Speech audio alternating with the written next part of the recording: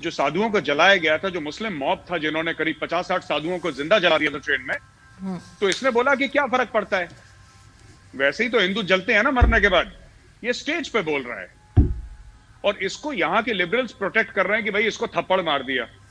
आपने बात करी जो अमेरिकन हैं, कॉमेडियंस हैं, जीसस की मजाक उड़ाई है उन्होंने, तो हमने तो कभी नहीं बोला कि तुम जीसस की मजाक मत उड़ाओ। पर हिंदुस्तान में, हिंदुस्तान का नाम भारत है, भरत, राजा भरत के नाम से भारत बना है। तो राजा भरत के वंशजों के ऊपर अगर आप भारत में रह के मजाक उड़ाएंगे तो I don't think that is proper. ये एक जमाना था जब लोग टॉलरेट करते थे, और इन लोगों को पुरानी आदत लगी हुई है, इनको पुरानी चीजें, हैबिट्स लगी हुई हैं अर्जू जी, कि हम बोल देंगे अच्छा होगा, हम लोग इंटेलेक्चुअल्स के बीच में बैठेंगे। अब बैठेंगे नहीं, पिटेंगे ये सब लोग। अब हम देखते हैं मुनव्वर फारूकी भाई जो हैं कहां कहां और जोक सुनाते हैं, इन्होंने मुंह खोला है पिटेंगे। मैं ये नहीं कह रहा, आई am not calling for violence, मैं आपको फिर से बोल दूं, लेकिन देखिए इससे क्या होगा, मैं आपको बताता हूं। इससे क्या होगा कि आप कॉमेडी करिए, आपको पॉलिटिकल कॉमेडी करनी है, आप मोदी की मजाक उड़ाइए, आपको जिसकी मजाक उड़ानी है। अगर आप, मैं साफ तौर पे अगर कह दूं आपकी शो पे, आप अगर हमारे देवी देवताओं की मजाक उड़ाएंगे या हिंदुओं के देवी देवताओं की मजाक उड़ाएंगे, क्या हिंदू कॉमेडियन नहीं है क्या? राजू श्रीवास्तव हैं, राजू श्रीवास्तव इतना बड़ा नाम है कॉमेडी का इंडिया में, ये तो कल के बच्चे पैदा हुए हैं, मुनव्वर फारूकी कल से उछल रहे हैं। राजू श्रीवास्तव इतना बड़ा नाम है, जॉनी लीवर इतना बड़ा नाम है, आपने बॉलीवुड फिल्मों में भी इनको देखा होगा। आपने कभी देखा इन्होंने कि किसी इस्लाम के, क्रिश्चियनिटी के, हिंदुइज्म के किसी के, तो जरूरी नहीं है कि आप किसी की बेइज्जती करके फ्रीडम ऑफ एक्सप्रेशन, और अगर ऐसा ही करना है आगे तो ऐसे 10 हिंदू कॉमेडियन हैं जो फिर और धर्मों के जिसको रिस्पेक्टेड फिगर्स हैं, जो और धर्मों के प्रॉफिट्स हैं, उनके ऊपर जोक बनाना शुरू कर देंगे, क्योंकि फ्रीडम ऑफ एक्सप्रेशन तो जो हिंदू के लिए हो वो सलमान के लिए, फिर आप भी जोक सुनाओ, फिर हम भी जोक सुनाते हैं, फिर वो सरहद से जुदा वाला मामला नहीं होना चाहिए, फिर इन्हें कि हमारी दिल आजारी हो गई। तो सबकी आरजू जी बराबर की इज्जत होनी चाहिए, सबके बराबर की इज्जत। और वो जो ऑर्गेनाइजर्स हैं वो भी जेल जाएंगे, और ये जो मुनव्वर फारूकी है ये तो रिपीट ऑफेंडर है, कोर्ट ये भी देख रहा है ना, he is a repeat offender, और एक और चीज, हाँ, बड़े चार्ली हेब्डो से इसका बड़ा जोड़ा जा रहा है कि जो हिंदू राइट विंग थे उन्होंने बड़ा बोला था कि साहब ये चार्ली हेब्डो का बड़ा गलत हुआ, और वहां पे जो इस्लामिक रेडिकल्स थे उन्होंने कार्टूनिस्ट को मार दिया। अब वही ये लोग टॉलरेंस इंडिया में दिखा रहे हैं, तो ये हिपोक्रेट हैं ये लोग ना, हिपोक्रेसी कर रहे हैं ये लोग। ऐसी बात नहीं है, ऐसी बात बिल्कुल नहीं है। किसी के ऊपर केस करना, किसी के ऊपर केस करना और उसको कोर्ट ले जाना, ओके, और 12 लोगों का कत्ल करना, इसमें जमीन आसमान का फर्क है। मुझे आपकी बात नहीं पसंद आई, कानून मुझे हक देता है कि मैं आपके ऊपर केस करूं, आपका कानून हक देता है कि आप मेरे ऊपर केस करें, लेकिन आपने एक कार्टून बनाया और मैंने जाके 10 लोगों को, 12 लोगों को किसी तीसरे मुल्क में मार दिया। देयर इज नो एक्विवेलेंस, ये तो बात ही बिल्कुल गलत है, ये फ्रॉड है। तो इंडिया में है ये लेफ्ट विंग लीनिंग इंटेलेक्चुअल्स जो है, इनका दिमाग थोड़ा सा खराब है, लगेंगे 5-10 साल, इनको भी ठीक करेंगे हम लोग धीरे धीरे, ठोक बजा के इनको, जरा जैसे कलाई वाला बर्तन होता है ना जिसके अंदर कलाई लगाते हैं, डेग होती है, तो वो ठोक बजा के हल्का हल्का सा फिट करेंगे इनको, कर रहे हैं हम धीरे धीरे इनको, इनका दिमाग राइट एंगल में लाएंगे हम लोग।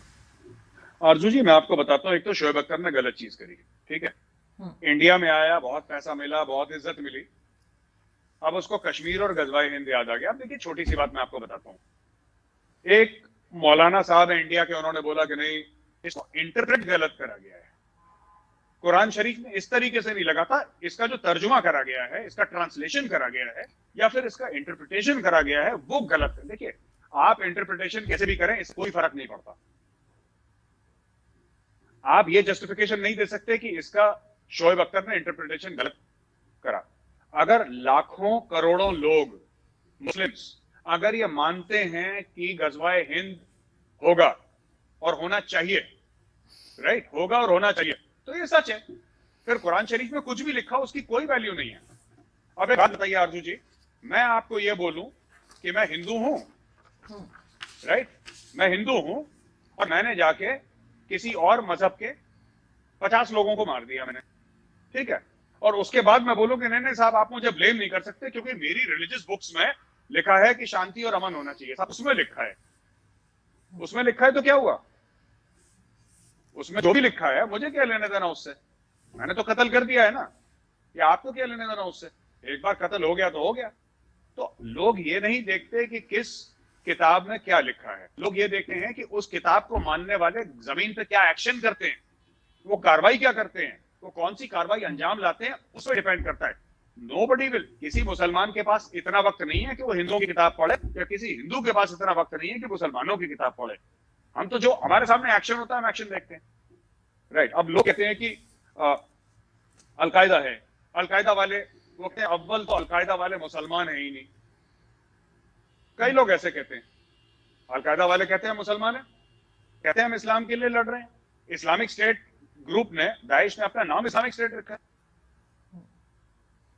दुनिया को ये सर्टिफिकेट नहीं चाहिए कि मुस्लिम कौन है नहीं है, उनको ये पता है कि इस्लामिक स्टेट ने हजारों लोगों के गले काट दिए।